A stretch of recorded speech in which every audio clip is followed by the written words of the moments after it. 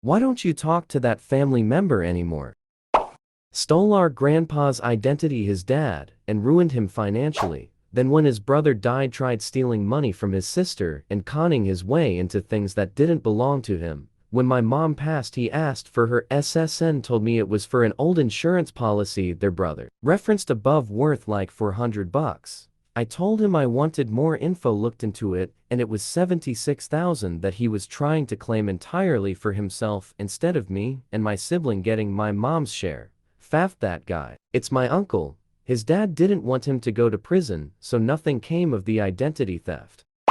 It's odd to say, but crime is simultaneously not as bad and exactly as bad here as media would have you believe. As long as you follow common street knowledge, you'll probably be fine. Don't wander around the projects at night, keep your phone cash out of sight. Malort is not your friend, and throw street dibs in the nearest dumpster. I admit to getting a bit defensive of my town. It's got a lot of issues, but it's truly a beautiful place. Visit in the summer, that's when the city really comes alive. The riverfront street fests, the museums. It's a city of neighborhoods that all have a unique vibe. I had my mother steal my credit repeatedly once I became an adult and cut her out of my life. I couldn't really fix any of the problems unless I reported them to police, but the extreme familial guilt, even though I hadn't spoken to the woman in years, made me leave all the crucial details out of the reports. I felt like an asshole for totally conflicting reasons. Reporting your child would be way harder. My mother was so abusive to me that I literally cut her out of my life. But that doesn't make her a one-sided character out of a modern DC superhero movie with only one motivation and archetype for her whole life. There were good memories too, despite the bad. If it impacted my life to a hugely problematic degree, I'd eventually give up and turn her in. And on a very dark note, there is a very, very tiny element of smug victory. She wants very badly to be back in my life to torture me again. Conversely, I'll let her know I care so little about that I won't even acknowledge her transgressions. She is so beyond touching me ever again that I won't even deign to get myself involved with her on the other side of the law. I keep quietly hoping mine will just shuffle off the mortal coil without my ever finding out. I thought she did for years till boop. The old credit got stole again. Thanks for the reminder, you're still kicking out there, ma. Lovely as always. I empathize real hard with you though. I'm sorry you went through that.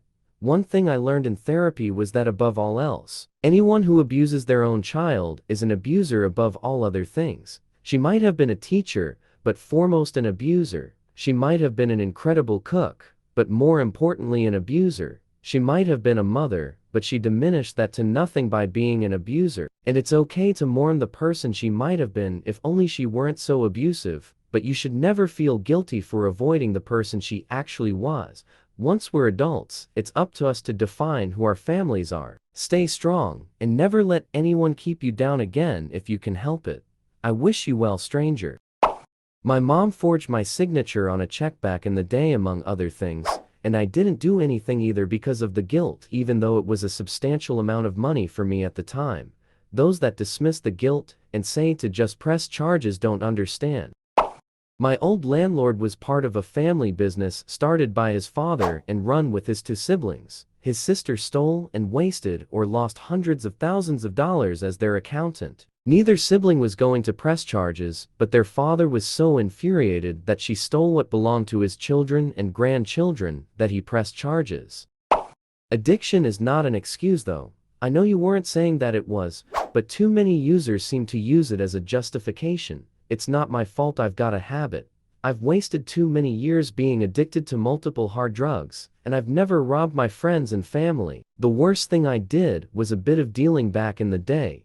There's always a choice. If you can't afford to score, then sometimes you can borrow a little from friends or family, and if you pay them back when you say you will, they'll be more likely to help next time things get tight. Or you can get sick, which is shitty, but ultimately, you made the choices that led to this place. Mostly, I paid for my habits by working. It's perfectly possible to be an addict and hold down a job. My uncle did this to my mom. My grandma had about $3,000 in life insurance, but he insisted for years we took all her money. Her life insurance didn't even cover funeral costs, and my mom had the receipts to prove it, but it didn't matter. Called my mom a lot of horrific things, and publicly tried to call her out multiple times. He's dying now from the abuse he's put his body through over the years, so my mom has a soft spot for him, but surely faff that guy. He wants me to come visit, and I'm just like, oh, the guy that made a horrible moment in our lives exponentially worse for years wants to see me, because he's faced with the consequences of his actions, and upset no one wants to stand by his hospital bed. My uncle did this too, demanded his share of my deceased grandmother's estate. He's a complete idiot. She was in care facilities for 20 years before she died, and our family never had much money to begin with. My mom and aunt split her expenses and paid for her funeral costs. He, however, had taken loads of money from my grandparents when they were alive, and never paid them back, the rotten ass he is. My uncle did this to my mother. He stole £25,000 off my grandmother, and cost thousands in damages and non-payments of debt he accrued that my mother had to cover. He was taken to hospital because he was a drunk and a drug addict, and my mother fixed up an apartment for him and furnished it. He didn't have any money and couldn't get any credit because he was in so much debt, so he would have somewhere decent to live after he got out of hospital. When my grandmother died, we sold her house, and it was divided half between my mother and her brother, and the other half between all the grandchildren. By the time all the accounts were gone through and the funeral bills were paid, my uncle was due nothing. In fact, he still owed my mother a lot of money. She gave him £15,000 because she's a nice person, and he was still in debt, and told him to sort his life out. He then told his druggy friends that my mother had stolen his half of the money from the house and refused to give it to him. One of them phoned my mother to accuse her of theft, and that he would be getting in touch with the solicitor on my uncle's behalf. So my father told him exactly what my uncle had done and offered to send proof. We didn't keep in touch with him after that, but got a phone call a couple of years later telling us he'd been found dead in his apartment from drugs and alcohol. My dad's siblings did this to him. He has 3 male full brothers and 4 half-sisters. Upon his dad's death, they realized he didn't leave anything for the half-siblings who were definitely in more need of the money, so he decided to give his share to them, and he told them this. He was put in charge of selling assets and distributing money by his dad, but he had to return to Afghanistan for a month right after the funeral. He works for the UN, so he told them this and left. While he was gone, the half-sisters, who weren't getting anything in the first place, got together and called everyone saying my dad had stolen the money and abandoned them, and they even insulted my mom, who was pregnant at the time. My dad OFC was furious and thought about keeping the money, but in the end, he just gave them his part and cut all contact. Now, I am to university very close to where one of them lives, but I have been warned many times not to try to contact her, so I haven't.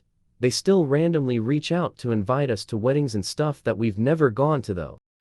I adopted my nephew, biologically my wife's nephew, and I told my side of the family before we did it that I would not stand for them to treat him as any different than any of my biological children. So far so good, and I really don't see it changing, but I hope if I pass early that they would never do that to him. I'm so sorry you were treated that way.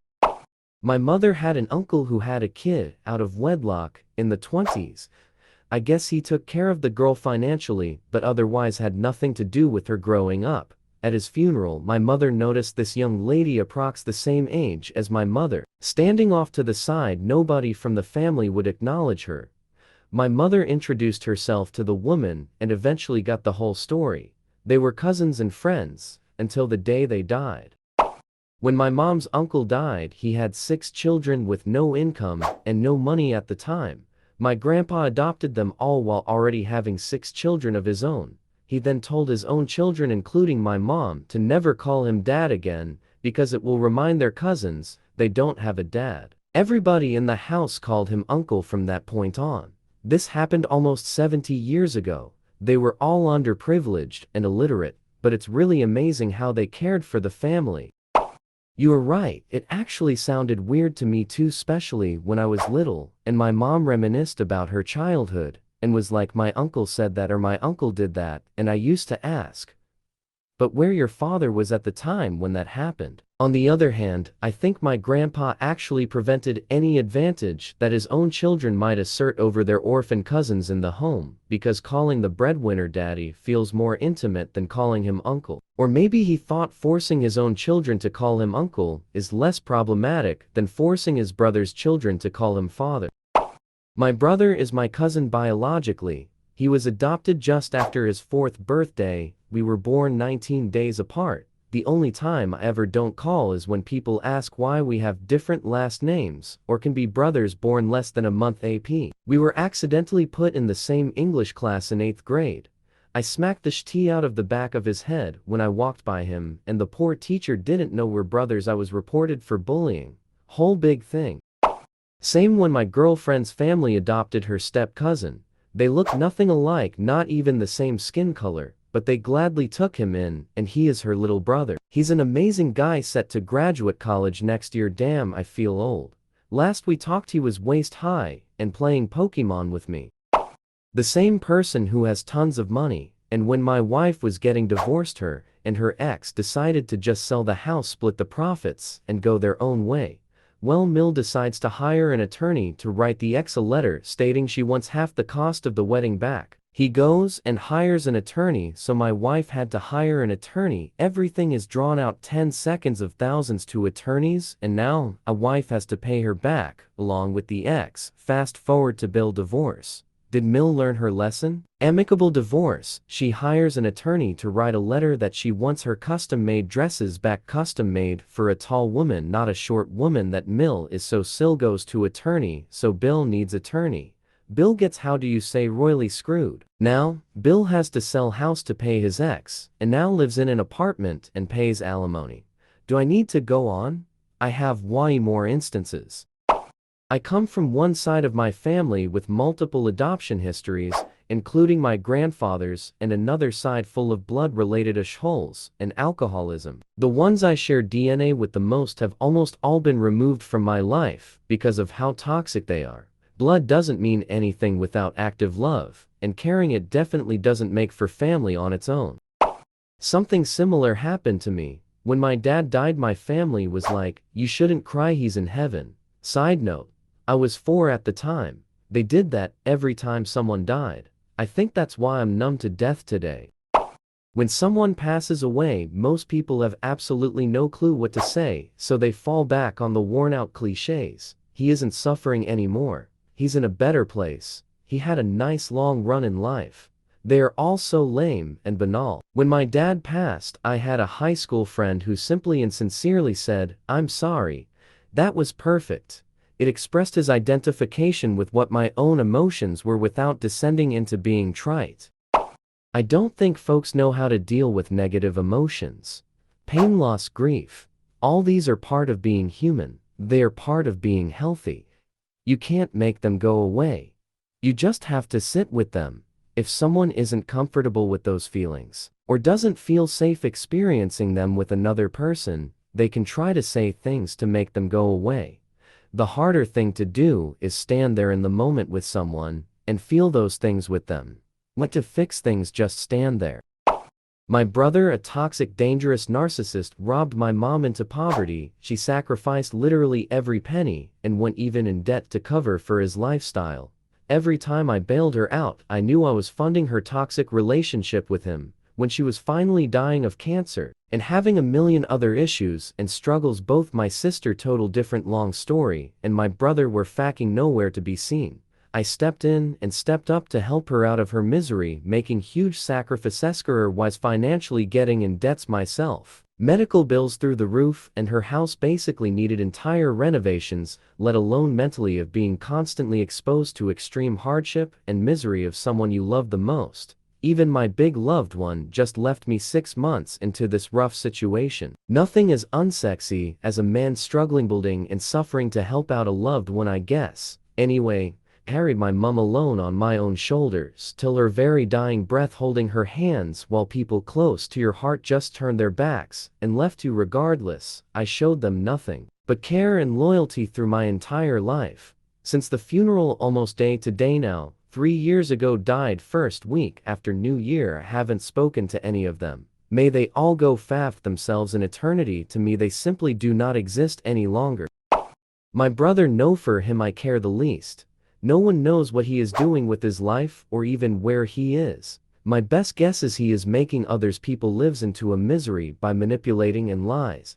My ex, I will never hear from her again, as it was me, Evan Tusley, who slammed the door shut firmly. She just took of no explanation, found a job in Washington, living in Europe by the way, and that was it.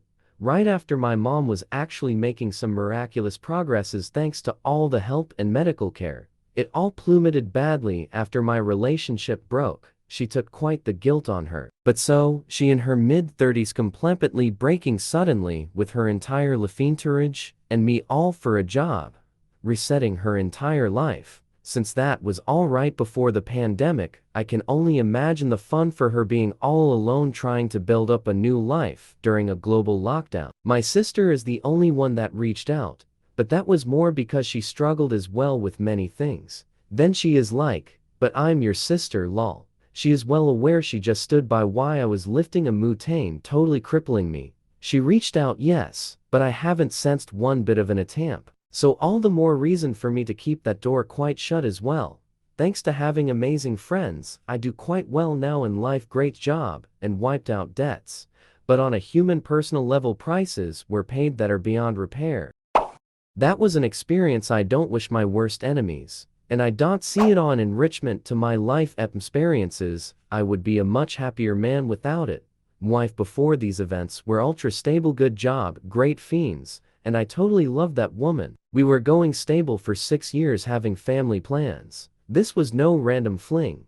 This was an exceptional though rough situation that tested people to their true nature and true limits. They ran and fled, I held my ground. But sure, I'm the toxic one enjoying it all. If they would have been for one day in my shoes, they would comprehend how retired that statement is. There is no joy in seeing your world collapse and loved ones abandoning you or dying. I enjoy quite different things in life. Indeed, I'm the toxic one in this story. You have no idea how much I love every second of seeing my life getting disintegrated, watching my mom consumed by guilt and cancer, and people running away not from my martyr complex, but being weak cowards with many issues. Great experience, can totally recommend it to everyone. I'm such a toxic person, dozens of people having my back. I established a decades-long relationships with. The true signature trademark of toxic people. I never asked for this situation, pal, nor would I like to experience anything close to that ever again. My first marriage broke up after 5 months. Before the divorce was final, police lieutenant said if the ex had succeeded in kidnapping me, he would have killed me. The police believed me and the judge believed me, but my mother didn't. If there's one useful thing to draw from this, please don't dismiss a young person who wants to confide in you that one of their parents isn't normal. So many people brushed it off with, "You'll understand when you're older," and "she's trying her best," that I kept trying. Would have been better off if I'd followed my gut and estranged from her sooner. She's a very angry person. I grew up being my family, and mostly my mom's punching bag. Emotionally, physically, I faced it all. I remember growing up and telling my brothers from my dad's side how miserable I am every day.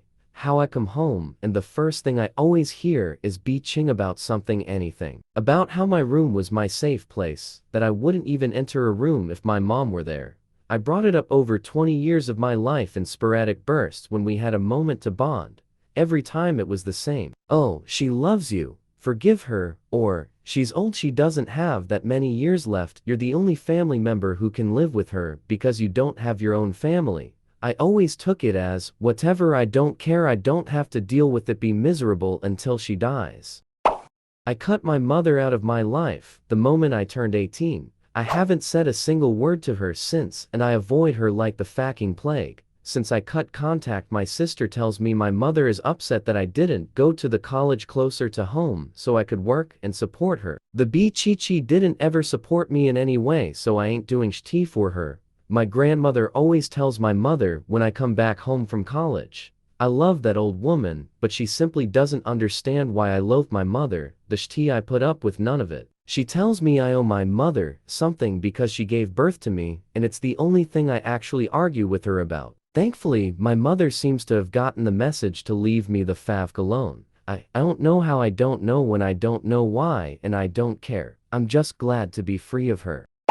It's incredibly Game of Thrones in my family. If my mother hated you for that moment, she would try to turn everyone against you. She'll be up early in the morning until nightfall talking shit about you to your other siblings, cousins, aunties, grandpas, neighbors, dog, everyone. My siblings would then, in an attempt to win over my mother's love or favor which they yearned for, because she never gave it, would start talking shit about that sibling also. The annoying thing is they've all had it happen to them. Yet, they're all so willing to turn on each other the moment she commanded them to. A few times my mother has straight up called me to call my sister to be chi her out about something, usually the way she parents her kids, and I nope out of that situation real quick. Do your own dirty work. My family calls me Sweden because I'm neutral. I don't get involved. I don't want to hear about the family drama or who is in whose faction. I learned at an early age not to chase my mother's love, because she doesn't know how to love us the correct way, with some semblance of warmth and support. Thank you for your kind words. The upside is, I learned how to become the person I am today, by doing the opposite of what I saw them do to others. I am the scapegoat in my family, so I feel like I'm reading my own thoughts here. I have been debating going no contact for a decade now. It's scary, but then I hear stories like yours, and I think, this is unbelievable that they would get treated this way by their own family. And I need to apply that same empathy and logic to myself and my own experiences with my nuclear family. I am not afraid, resentful and distrustful of them for no reason. They made it so, and I wish I didn't have these feelings, but I do because of what they did to me. I mean, how much can one person take from 8 people bullying them their entire life? And those same people tell you all the time that they love you right after they abuse you. I'm just sad and tired of being disgusted with my family. I think I'd rather miss them than endure the gossiping, shaming, name-calling, screaming, gaslighting, and triangulating any longer. Thanks again for sharing, it made me feel less alone. Scenario: except her marriage was 18 years and constant abuse, both physical and mental. When her husband was eventually charged, convicted, and locked up, he was trying to get at her from the inside by having his dad and brother try to hurt her. She eventually divorced him and began seeing the mutual friend that helped her get out of her scenario. When her ex was released, he was given an ankle monitor, and its geofence was set a good distance around her new home. Her ex was given the address by her sister-in-law, so the ex-husband cuts off the monitor and made his way towards her. The authorities were alerted and state troopers caught him coming into the one entry into the neighborhood she lived in. Eventually, he stopped his bullshit when he realized that her new fiancé would absolutely kill him if he tried again. And thankfully things have been more neutral, but it isn't always like that. When I left my abusive husband, my parents put me on a plane back to him, saying I left him just for the attention.